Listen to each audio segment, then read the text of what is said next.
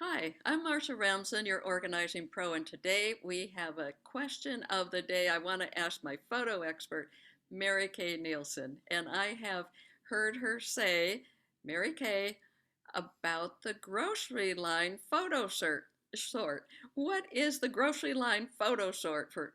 Tell me, I've never heard of that. What is that? Marcia, what I do is when I have a few minutes of waiting, whether I'm waiting in the grocery store line, waiting in a waiting room, I take my phone out and I spend those 5 minutes sorting photos into albums on my phone. Hmm. So it makes it very quick and easy. It's just 2 minutes and I just click and swipe them over to an album. Oh, that's so good. Now, what are these albums what kind of albums do you put them in? I know on a phone I've seen albums on the bottom. You obviously have created some. What do you have and what do you recommend for people? So I created albums for each one of my children, my husband and his special interests, sometimes our vacations. It's important to have albums that are meaningful to you. So if you've got grandchildren, I know you do, Marcy, maybe you want to put them according to your family.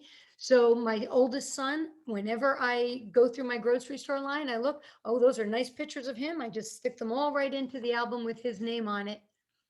Okay. And then what do you do with the albums? Do they just sit there on your phone or what can someone do with them? Marcia, there's two things you could do with them. The first and easiest thing is when someone wants to see a picture of my children, I find them immediately. Or if they want to say, what did you do in Florida on vacation? I have all my photos organized. The other thing makes it easy for me at organizing for the holidays. I have holiday gifts already planned because all the photos are in albums. I have a quick and easy photo book. I can make gifts or memories for people, calendars for people.